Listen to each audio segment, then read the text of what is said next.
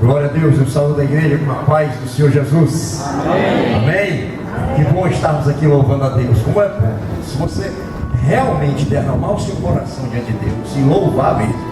E há uma diferença entre louvar e cantar. Louvar é com o sentimento, louvar é com o espírito, louvar é com a alma. Louvar é aquilo que vem de dentro, dentro do interior, onde você pede ao Espírito Santo de Deus que te ajude nesse momento, para que você possa adorar o Senhor em espírito e em verdade. E quando nós fazemos isso, verdadeiramente nós sentimos a presença de Deus. Amém? Então é bom, isso é maravilhoso quando nós fazemos isso. E Deus é tão bom que nós viemos aqui para louvá-lo, adorá-lo, glorificá-lo, dizer o quanto o amamos. E Ele também nos ama tanto, que ainda nos alimenta do Espírito, nos alimenta do corpo, porque Deus é maravilhoso. Amém? Fique de pé, vamos orar mais uma vezinha, antes de nós darmos a palavra do Senhor. Feche seus olhos. Pastor, eu posso orar de olhos abertos? Pode. Por que o Senhor pede para fechar? Só para que você não se disperse com o que está em volta. Amém? Então, feche seus olhos. Pai, em nome de Jesus. Meu Deus, como é bom quando nós estamos louvando a Ti, Senhor. Como igreja, o Teu povo reunido, Senhor. Meu Deus, que todas as vezes que nós estejamos, meu Deus, louvando, possa chegar, Senhor, esses louvores diante de Ti, como um incenso suave, Senhor, que agrade o Teu coração. Espírito de Deus, ajuda-nos, meu Deus, de maneira que nós possamos adorar em verdade, em espírito, da maneira que o Senhor verdadeiramente deseja. Meu Deus, obrigado, Deus, por estarmos aqui nesta noite. Obrigado porque temos toda a liberdade, Senhor, de Te louvar, de Te adorar, de dizer o quanto somos dependentes de Ti, o quanto nos rendemos a Ti, o quanto amamos ao Senhor, de dizer que a vida sem Ti não tem sentido, não tem o menor lógica, não faz a menor razão de ser. A única razão de ser é que nós estejamos glorificando a Ti em nossas vidas, meu Deus. E agora nós queremos Te pedir que o Senhor venha falar conosco nessa noite. Precisamos da Tua palavra, a palavra que alimenta, a palavra que vivifica, a palavra que sara, a palavra que traz, meu Deus, libertação, a palavra que liberta verdadeiramente. Traz, meu Deus, o entendimento do Teu Espírito, que tudo que aconteça nessa noite seja para a honra e glória do Senhor. Deus, nós oramos assim, confiantes e agradecidos, em o nome de Jesus. Amém. Quem diga amém? Amém. Glória a Deus, amém, assim seja. Isso é uma concordância. Queridos, sabe a palavra de Deus? No livro do profeta Isaías, no capítulo 52, Isaías capítulo 52, nós vamos ler a partir do versículo 13. Hoje nós temos também aqui, hoje nós celebramos a Santa Ceia do Senhor. Eu quero te convidar a abrir o coração para o que Deus vai falar com você nessa noite. Tire todas as barreiras, tire todos os preconceitos, tire todos os impedimentos e deixe que Deus fale ao seu coração nessa noite. Isaías 52, a partir do versículo 13, diz assim o profeta: Eis que o meu servo operará com prudência, será engrandecido e elevado e muito sublime, como pasmaram muitos à vista dele, pois a sua aparência estava tão desfigurada, mais do que o de outro qualquer, e a sua figura mais do que a dos outros filhos dos homens. Assim borrifará muitas nações, e os reis fecharão a boca por causa dele, porque aquilo que não lhes foi anunciado verão, e aquilo que eles não ouviram entenderão. Quem deu crédito à nossa pregação, e a quem se manifestou o braço do Senhor? Porque foi subindo como renovo perante ele, e como raiz de uma terra seca, não tinha parecer nem formosura, e olhando nós para ele, nenhuma beleza víamos para que o desejássemos. Era desprezado, e o mais indigno entre os homens, homem de dores, experimentado nos trabalhos, e como um de quem os homens escondiam o rosto, era desprezado, e não fizeram dele caso algum. Vou dar uma paradinha aqui, para que nós possamos pensar um pouco a respeito desses versículos. Querido, o livro do profeta Isaías foi escrito 700 anos antes de Cristo, mas toda a palavra de Deus, ela aponta para o Salvador. De Gênesis a Apocalipse, o assunto é um só: Jesus Cristo. Antes mesmo dele se manifestar nesse mundo, os profetas já vinham falando a respeito dele, porque ele é a razão de ser de toda a Bíblia Sagrada. Ele é o assunto da Bíblia Sagrada. O assunto é Jesus Cristo. Não foi só a partir do seu nascimento, não. Desde o Gênesis o assunto é Jesus. É Jesus. E o profeta Isaías falava aqui já há 700 anos antes de Cristo. Ele já falava a respeito desse Cristo, desse Messias. Messias significa Salvador, de alguém que viria para dar uma oportunidade ao mundo, uma oportunidade das pessoas que já estavam condenadas, que já nasceram condenadas, afastadas de Deus, tivessem como chegar-se novamente a Deus, um novo nascimento. Então ele começa dizendo que o meu servo operará com potência, será engrandecido, elevado, muito sublime. Ele fala sobre Jesus, o que aconteceria com Jesus. E quando ele diz no versículo 14, como pasmaram muitos à vista dele, como ficaram pasmados, ficaram estupefatos, ficaram sem ação, ficaram sem atitude diante dele. Por que ele diz isso? Porque a sua aparência estava tão desfigurada, ele estava com uma aparência tão diferente, tão desfigurada, mais do que outro qualquer, e a sua figura mais do que dos outros filhos dos homens. Queridos, assim verdadeiramente ficou a aparência de Jesus. E lá no capítulo 53, no versículo 3 e 4, nós vemos também que ele estava extremamente sofrido por aquele sacrifício que ele passou. E quando ele diz no versículo 14 que todos estavam pasmados com a vista, com a aparência de Jesus, não tinha como não ser.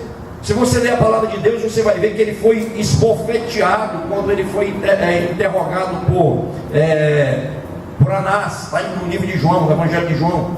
Ele, na hora do interrogatório, ele foi esbofeteado. Se você continuar lendo, você vai ver que na audiência dele diante de Caifás, ele foi cuspido, ele foi esbofeteado novamente, ele foi espancado novamente. E durante aquele período todo, ele foi socado na cabeça também.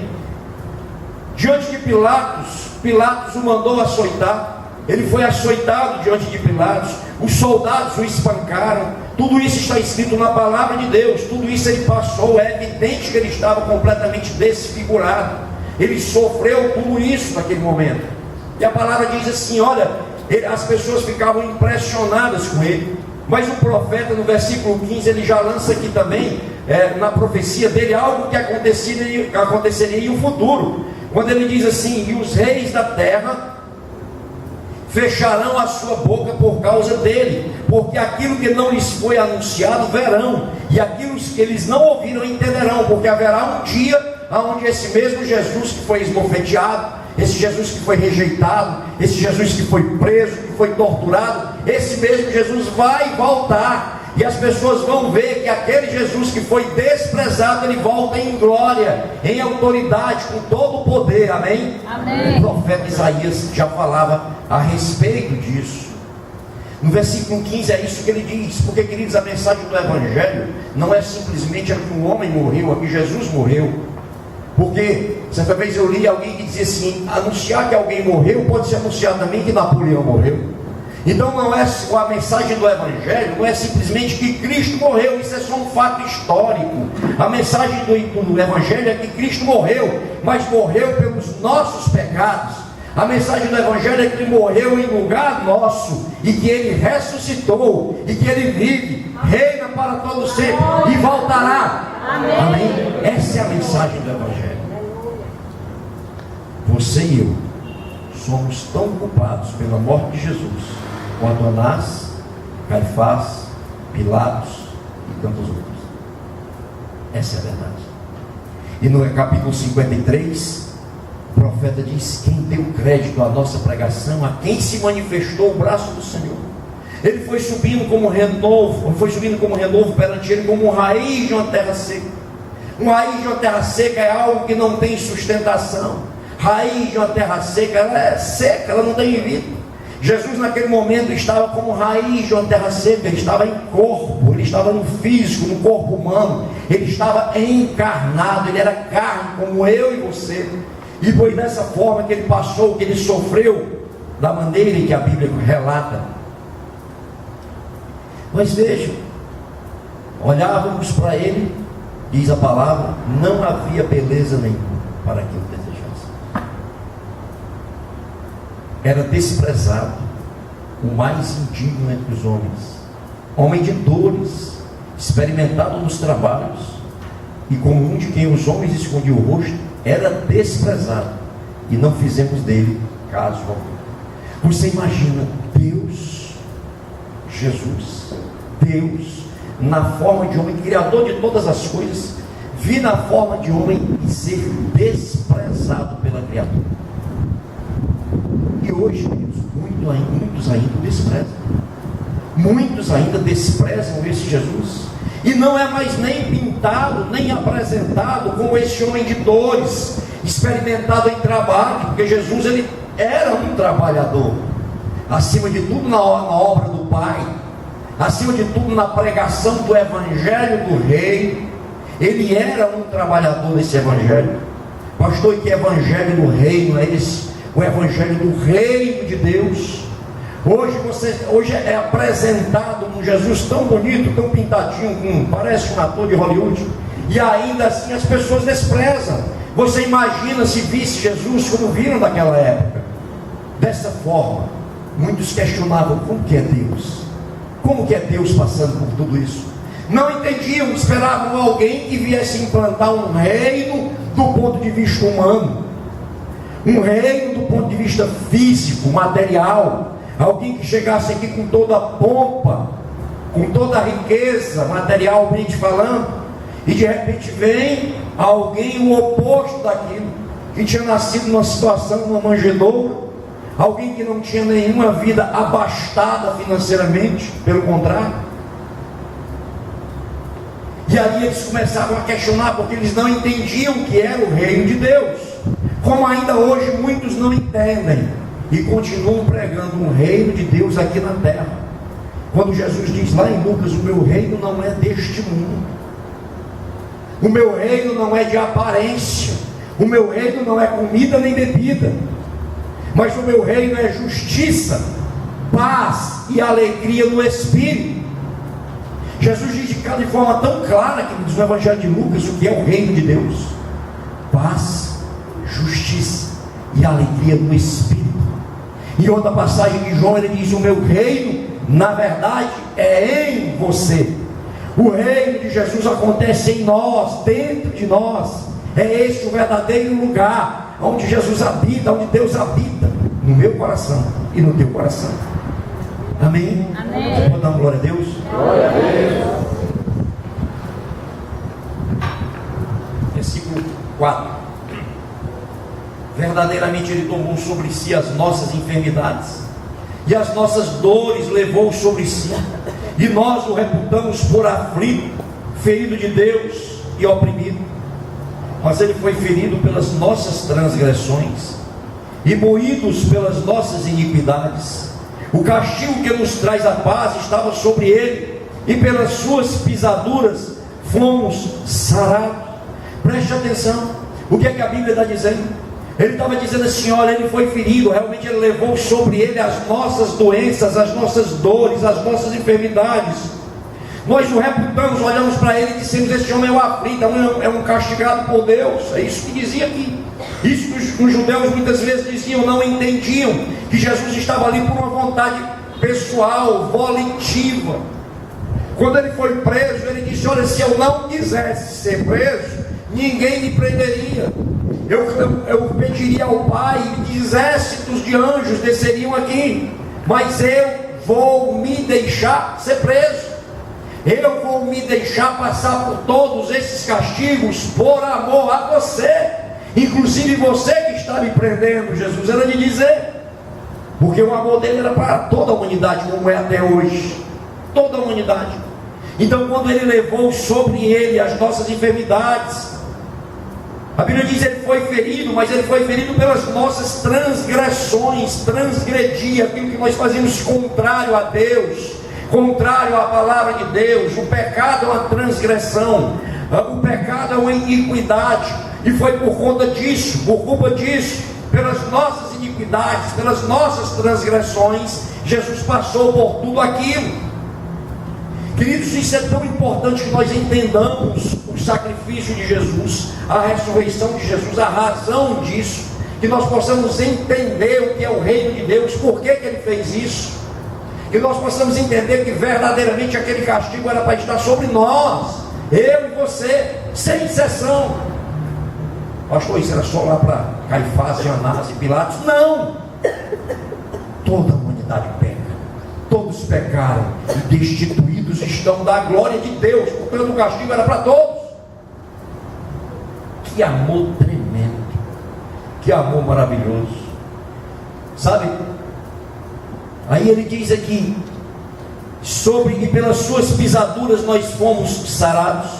Acima de tudo, querido, a enfermidade do pecado, essa é a principal cura que Jesus nos dá, a cura da enfermidade, porque a Bíblia diz que o pecado é a enfermidade. Em Isaías capítulo 50, você está no livro de Isaías, volte um pouquinho uma página, Isaías 50, versículo 6, que diz assim: as costas dou aos que lhe ferem, e a face aos que lhe arrancam os cabelos, não escondo a face dos que me afrontam e me cospem. A atitude de Jesus era essa. Isaías capítulo 1, desculpe, versículos 4 a 6. Isaías 1, 4 a 6. Diz assim a palavra: ai da nação pecadora, do povo carregado de iniquidade, da semente de malignos, dos filhos corruptores, deixaram o Senhor, blasfemaram do Santo de Israel, voltaram para trás. Porque serias ainda castigados se mais vos rebelaríeis? Toda a cabeça está enferma e todo o coração fraco. Ele está falando a cabeça enferma, o coração fraco, porque o pecado, ele é uma enfermidade, ele enfraquece, ele corrói os ossos. A Bíblia fala sobre isso. O salmista diz: enquanto eu não confessei os meus pecados, os ossos dentro de mim, eles se desmanchavam, eles se desintegravam, eu sentia dores nos ossos, porque o Davi dizia assim: mas eu parei de sentir essas dores, os meus ossos se reconstituíram na hora em que eu cheguei diante de ti, confessei os meus pecados e tu me perdoaste. Essa é a atitude que nós devemos tomar até hoje, e nós temos que lembrar por que ele morreu. Foi por conta desses pecados mesmos que nós cometemos. Então ele diz: pelas suas pisaduras nós fomos sarados, nós fomos curados do pecado, pelas pisaduras que Jesus levou naquela época. E no versículo 6 ele diz: todos nós andamos desgarrados como ovelhas, cada um se desviava pelo seu caminho, mas o Senhor fez cair sobre ele a iniquidade de todos nós. Preste atenção, queridos, que coisa tremenda Jesus fez. Ele foi oprimido, mas não abriu a boca. Como um cordeiro ele foi levado ao matadouro, e como a ovelha muda perante os seus tosqueadores, ele não abriu a boca. Nós lemos há pouco Isaías 56, quando ele disse que dava a face a quem o batia, ele dava as costas para receber o açoite. Aqueles que faziam isso, ele não reagiu. Sabe por quê? Você vai ver lá na frente, porque ele olhava para o povo, olhava para a humanidade, ele olhava para mim e para você, aqui nesse lugar onde você está hoje, nesse exato horário. Jesus naquela cruz, ele tinha os olhos em você, ele lhe via aqui nesse lugar, e quando ele lhe via aqui nesse lugar, ele dizia: pode bater mais, porque por amor a ele, aquele que está ali, olha lá naquele lugar, por amor a ele eu dou a minha vida. Amém. Pode glorificar, ele é digno de toda glória, de toda honra, de toda adoração. O Senhor fez cair sobre ele a iniquidade, o pecado, o peso do pecado de todos nós. Ele foi oprimido, diz o versículo 7, mas não abriu a boca. Como um cordeiro foi levado ao matadouro, e como ovelha muda perante os seus tosqueadores, ele não abriu a boca. Queridos, Jesus veio aqui e fez tudo diferente do que as pessoas pensavam e imaginavam. No Antigo Testamento, a ovelha era dada pelos pecados do pastor. E Jesus vem como pastor se dando, ele se fazendo ovelha pelo pecado das ovelhas. Amém? Que coisa tremenda. O bom pastor deu a vida pelas suas ovelhas, enquanto que antigamente as ovelhas davam a vida pelo pastor. Mas o bom pastor deu a vida pelas suas ovelhas. Foi por mim e por você que ele deu a sua própria vida. E quando ele diz assim, que nós andávamos desgarrados, andávamos como ovelhas perdidas, como um que se desviava do seu caminho. Queridos, o homem sem Jesus, ele é um desgarrado. Ele é verdadeiramente uma ovelha sem rumo. Ele não tem o sentido da vida. Ele não sabe por que está aqui nesse mundo, queridos. Quantos filósofos se questionam isso? Qual é o sentido da vida? E aí morrem com esse questionamento, quando poderia ter uma resposta tão simples, R$3 em qualquer livraria evangélica, ele compraria uma Bíblia e saberia que o sentido da vida é glorificar a Deus. Saberia que a vida não se resume a esses anos aqui nessa terra. Saberia que a Bíblia diz que aqueles que nasceram de novo, que são de Jesus, que já entraram no reino de Deus, porque ele começa dentro do homem que foi regenerado. Ele saberia que esses estão aqui como peregrinos, que esse lugar não é o definitivo, mas que vai vir um lugar definitivo, queridos. Existe isso. A Bíblia fala o tempo todo de um lugar onde nós estaremos com o próprio Deus, onde ele enxugará dos nossos olhos toda lágrima, aonde não precisará de luz, porque ele mesmo iluminará aquele lugar. Um lugar maravilhoso onde nós estaremos louvando, adorando a Deus. Mas ele diz também que existe um lugar que é o oposto. Ele diz também que existe um lugar que é o de perdição eterna, um lugar onde o fogo não se apaga, o bicho não morre, um lugar também eterno, onde até o final, não tem final, é eterno. Você vai estar ou com Jesus, ou no lugar de sofrimento, um lugar que Deus não fez para homem nenhum. Em Apocalipse ele diz assim: olha, aqueles que não são encontrados no livro da vida serão lançados no lago de fogo e de enxofre, feito para Satanás e seus demônios. Não foi feito para o homem, foi feito para Satanás e seus demônios. Mas muitos homens vão querer estar lá, e certamente vão para lá. Mas Jesus veio aqui para lhe dar a oportunidade de ver o reino de Deus, de viver o reino de Deus, a oportunidade de ser um homem nascido de novo, regenerado, gerado novamente, um homem que venha encontrar o reino de Deus dentro do seu interior, que é justiça, paz e alegria do Espírito. Que não tem dinheiro no mundo que compre isso, queridos. Não tem dinheiro no mundo que compre paz e alegria do Espírito. Só um pode dar paz e alegria do Espírito: Jesus Cristo. Da forma que ele via, que o profeta via naquela época, ovelhas desgarradas, perdidas, sem rumo, cada um se desviando pelo seu caminho, cada um encontrando o seu próprio rumo, perdidos, completamente perdidos, até que Jesus veio para mostrar a direção, para juntar aquelas ovelhas que quisessem ouvir a sua voz, a voz do pastor, aquele que quisesse ouvir a voz do bom pastor, porque ele era o bom pastor. Essas ovelhas ele começa a trazer para perto de si, e ele começa a mostrar qual é o caminho de quê? Caminho da vida neste mundo e da vida eterna, amém? Esse é Deus, esse é Deus, esse é Jesus. Não abriu a boca, levado ao matadouro, e como a ovelha muda perante os seus tosqueadores. Versículo 8: da opressão e do juízo foi tirado, e quem contará o tempo da sua vida? Porquanto foi cortado da terra dos viventes, e pela transgressão do meu povo ele foi atingido. Ele diz assim: quem vai contar o tempo da vida dele? Só viveu isso tem mesmo, 33 anos, só foi isso. E você vai ver que não, ele não morreu, ele ressuscitou, vive e reina para sempre. Ele morreu, mas ressuscitou. Amém? Amém. E diz no versículo 9: e puseram a sua sepultura com os ímpios e com o rico na sua morte, porquanto nunca fez injustiça, nem houve engano na sua boca. Todavia o Senhor agradou moê-lo, fazendo-o enfermar, quando a sua alma se puser por expiação do pecado, verá a sua posteridade, preste atenção, verá a sua posteridade, prolongará os seus dias, e o bom prazer do Senhor prosperará nas suas mãos. Sabe o que é que a Bíblia está dizendo aqui? Que Deus teve que fazer com que caísse sobre ele todos os castigos do pecado da humanidade. Eu já disse tantas vezes que naquele sacrifício Deus provou a sua justiça e o seu amor. A sua justiça porque ele disse que o salário do pecado é a morte. Ele então era necessário que morresse pelos pecados, e aí ele mostrou o seu amor também, porque em vez de que o homem morresse, Jesus morreu no lugar do homem.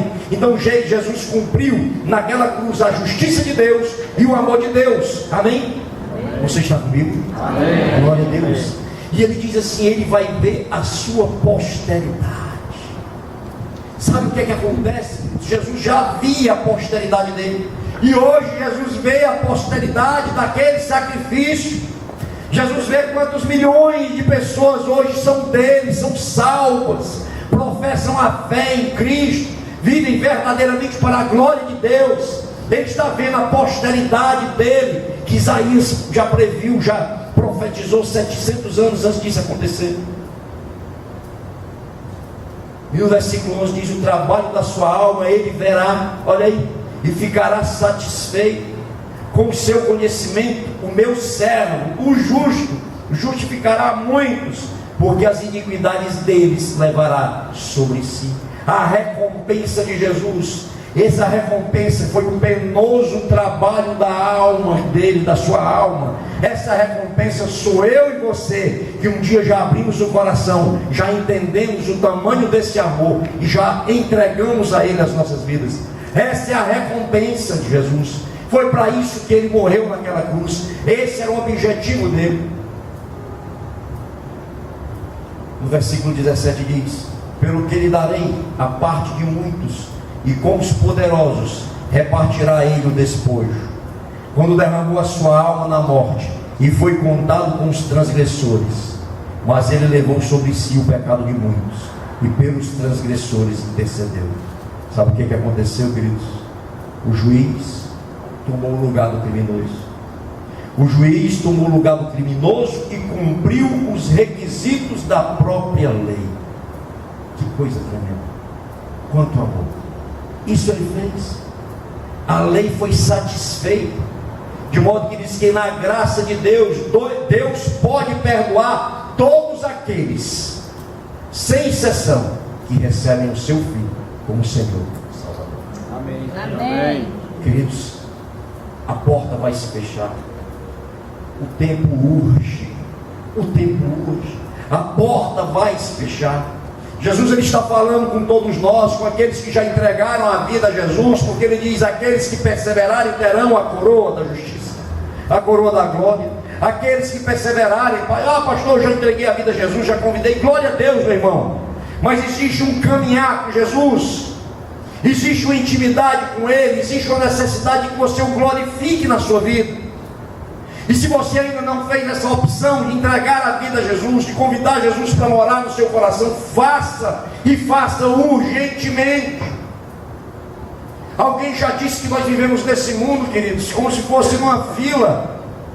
Nós estamos numa fila, cada um tem uma senha. Essa senha é um momento que Deus vai lhe chamar, você não sabe qual é seu número. De repente a tua senha pode ser chamada. E como é que você vai estar na hora que você for chamado?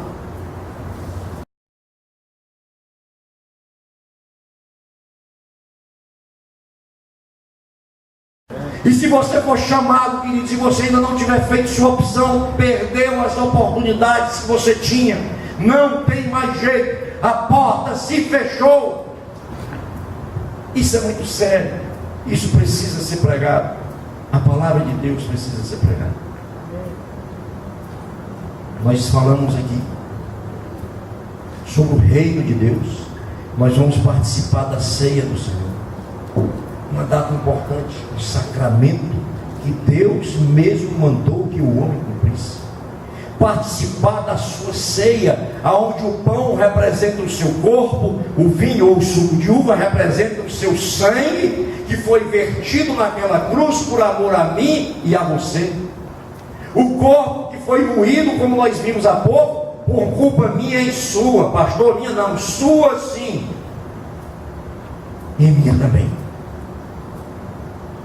E aquele corpo foi moído, por isso e o sangue dele, o poderoso sangue de Jesus, puro, que ele deu por amor a nós, participando de um julgamento que foi uma farsa, injusto, um homem injusto, que não havia nada que o condenasse, não deram nenhum direito de defesa àquele homem, queriam condená-lo mesmo. Um julgamento que nem na humanidade hoje acontece. Um julgamento que foi uma farsa. Um julgamento que foi armado, montado para condenar o santo, o justo. E o santo, o justo, se deixou condenar por amor a mim.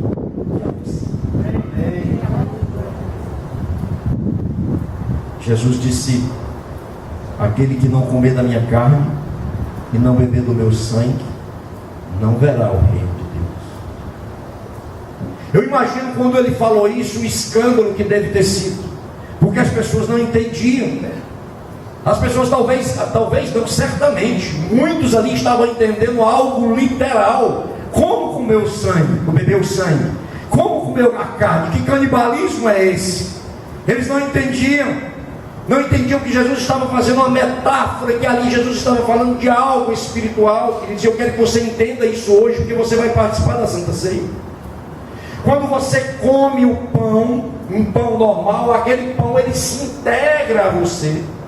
O comer o pão significa que o pão fez parte de você. Você interiorizou algo que era exterior. Quando você bebe um suco, algo que você bebe, aquilo também vem interiorizar em você, incorporar no seu corpo, vem ficar muito firmado nas suas células. O que Jesus estava dizendo é: olha, aquele que não comer deste pão, falando dele mesmo, eu sou o pão que desceu do céu. Ele diz em João capítulo 6, eu sou o pão que desceu do céu. Os vossos pais comeram pão no deserto, maná do deserto, e morreram, mas aquele que comeu este pão tem a vida eterna. Amém. Sabe o que Jesus estava dizendo? Comer de Jesus, que era o pão, beber de seu sangue, interiorize Jesus. Isso é espiritual. Ele estava dizendo: interiorize a mim. Interiorize a mim no seu espírito. Isso é comer no pão do céu. Interiorize a mim no teu interior, na tua alma, no teu coração. Isso é beber o sangue de Jesus. É uma metáfora trazendo para o mundo espiritual algo que acontece no mundo físico, com o pão de trigo normal. Amém? Amém. Assim ele fez. Nesta noite, queridos, nós vamos participar da Santa Ceia. Um privilégio maravilhoso, aonde nós vamos ver que Jesus ele mesmo mandou que todos os que são deles celebrassem a Santa Ceia do Senhor como memorial. O que é memorial? Algo que é feito em memória de alguém ou de algo. Um memorial em memória ao seu sacrifício e à sua ressurreição, como um memorial, e ao mesmo tempo como uma profecia, porque ele diz assim: como memorial, vocês vão participar disso até que eu venha. Ele vai voltar. Ele vai voltar. E aquilo que nós fazemos hoje em nível espiritual, como memorial, nós faremos face a face, aonde ele mesmo partirá do pão para servir a cada um de nós por amor, porque esse é o nosso Deus. Amém? Amém. Mas, queridos, se não nascendo de novo, não pode ver o reino de Deus. Abra o Evangelho de João. Nós estamos quase chamando para a Santa Ceia. O Evangelho de João, no capítulo 6.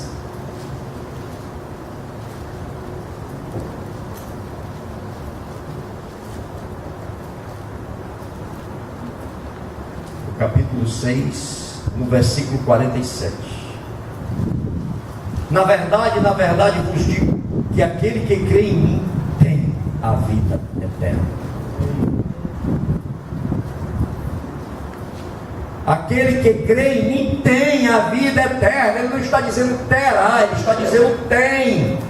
E aquele que crê nele é quem entende esse sacrifício de Jesus, é quem entende o tamanho desse amor, é quem reconhece que não existe outro caminho para chegar ao Pai, e quem convida esse Jesus para entrar no seu coração, e que procura viver conforme os padrões desse Jesus. Esse é que o tem, esse é o que crê nele, esse é o que verdadeiramente crê nele. E ele diz assim: olha, você não tem, você nasceu no pecado, nasceu condenado, mas se você crê em mim, você passa a ter a vida eterna agora.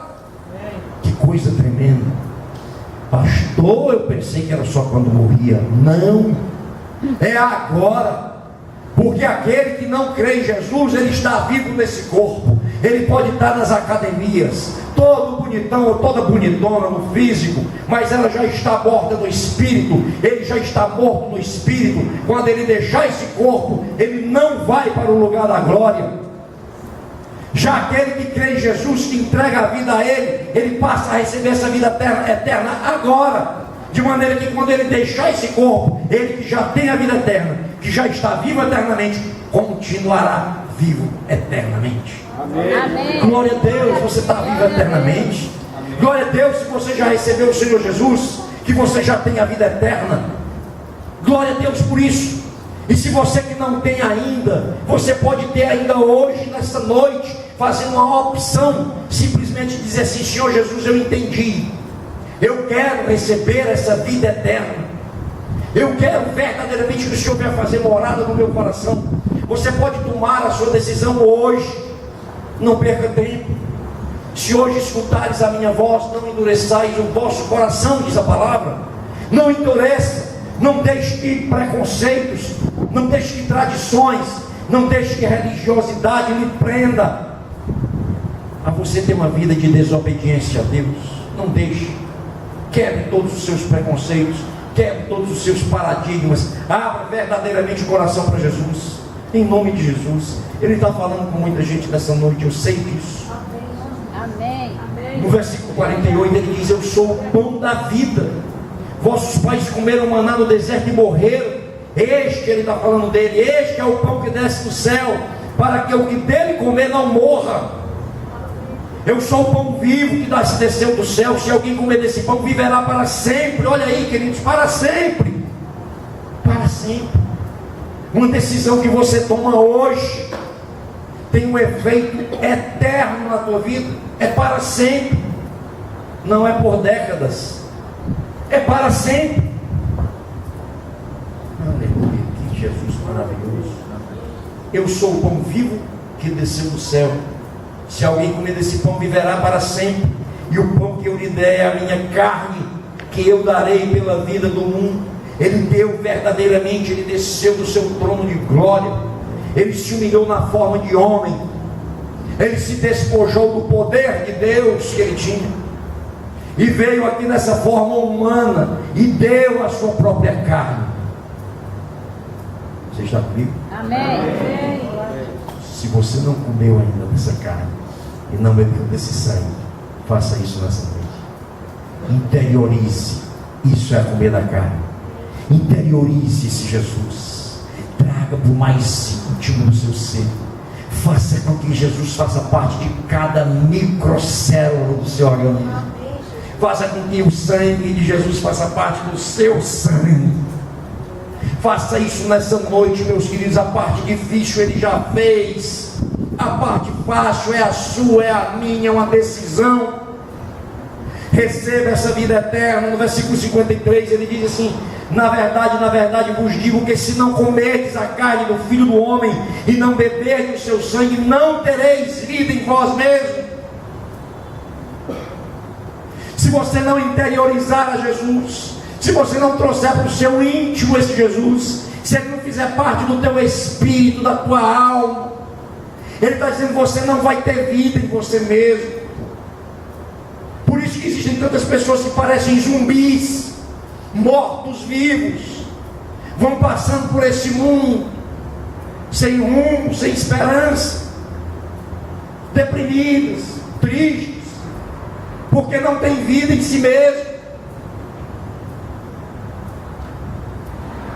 Quem come a minha carne e bebe o meu sangue tem a vida eterna. Tem a vida eterna. Tem, não é terá, tem. Você tem a vida eterna se você já comeu o sangue de Jesus, a carne de Jesus e bebeu do sangue de Jesus. Se você já entregou, já interiorizou Jesus, você já tem a vida eterna. Glória a Deus. E que mais? E diz mais: e eu o ressuscitarei no último dia. Glória a Deus. Que Deus tremendo. Porque a minha carne verdadeiramente é comida e o meu sangue verdadeiramente é bebida. Quem come a minha carne e bebe o meu sangue permanece em mim e eu nele. Quero convidar o grupo de louvor aqui para trás, por favor. Grupo de louvor. Glória a Deus. Sabem, queridos, faça com que tenha valido a pena para Jesus. Na sua vida. Porque valeu a pena, valeu. Na vida de muitos valeu a pena. Na vida de muitos, como nós lemos aqui, a recompensa dele ele já está vendo. Na vida de muitos ele já contempla a recompensa. Agora faça com que valha a pena também na sua vida, você que não fez ainda. Faça com que Jesus possa olhar para você hoje e dizer assim: poxa, quando eu estava lá naquela cruz, foi por este momento. Se você não entregou a vida a Jesus ainda, faça isso nessa noite, em nome de Jesus. Em nome de Jesus, faça isso nessa noite. Não endureça o coração, não se prenda à religiosidade vã. Quem mais se opôs a Jesus, queridos, foram os religiosos da época, que se diziam servir a Deus, amar a Deus. Eles eram os religiosos da época, foi quem mais se levantaram contra o próprio Deus. Religiosidade não leva a canto nenhum, são rituais. Aleluia. Não deixe que a religiosidade, não deixe que as tradições negativas te afastem da vida eterna, em nome de Jesus. Em nome de Jesus, fique de pé, vamos louvar a Deus. Glória a Deus. Aleluia. Glória a Jesus. Pense na mensagem que Deus trouxe aos nossos corações essa noite, em nome de Jesus. Se Deus falou com você nessa noite, queridos, por favor, escute a voz do Senhor. Escute a voz do Senhor. Em nome de Jesus, vamos louvar. Feche os seus olhos se você não conhece, ou acompanhe aqui esse louvor. Aleluia. Não saia da atitude de oração, não saia da atitude de adoração, de reverência ao Senhor. Aleluia.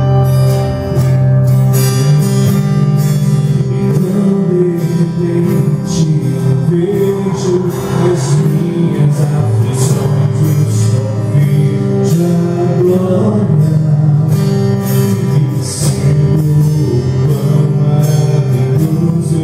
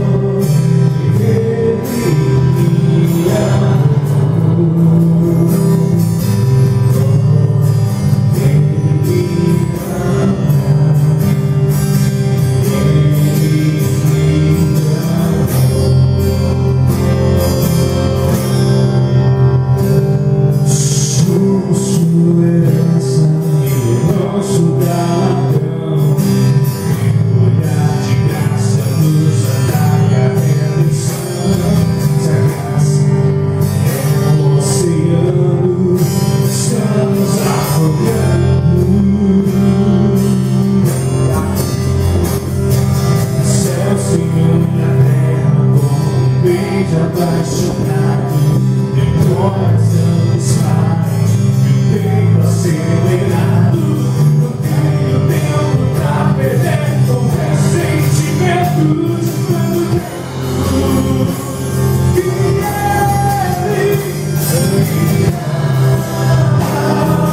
Diga isso, que é verdade.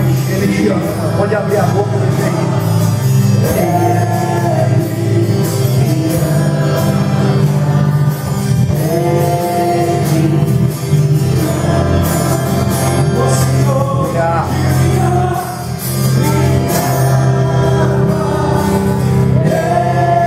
Diga isso para o Senhor, porque é verdade. Diga isso para você mesmo. Senhor, existe o teu Espírito em nome de Jesus. Ele me ama. Somos sua herança, Ele é o nosso galardão. Teu olhar de graça nos atrai a redenção. Se a graça é o oceano, o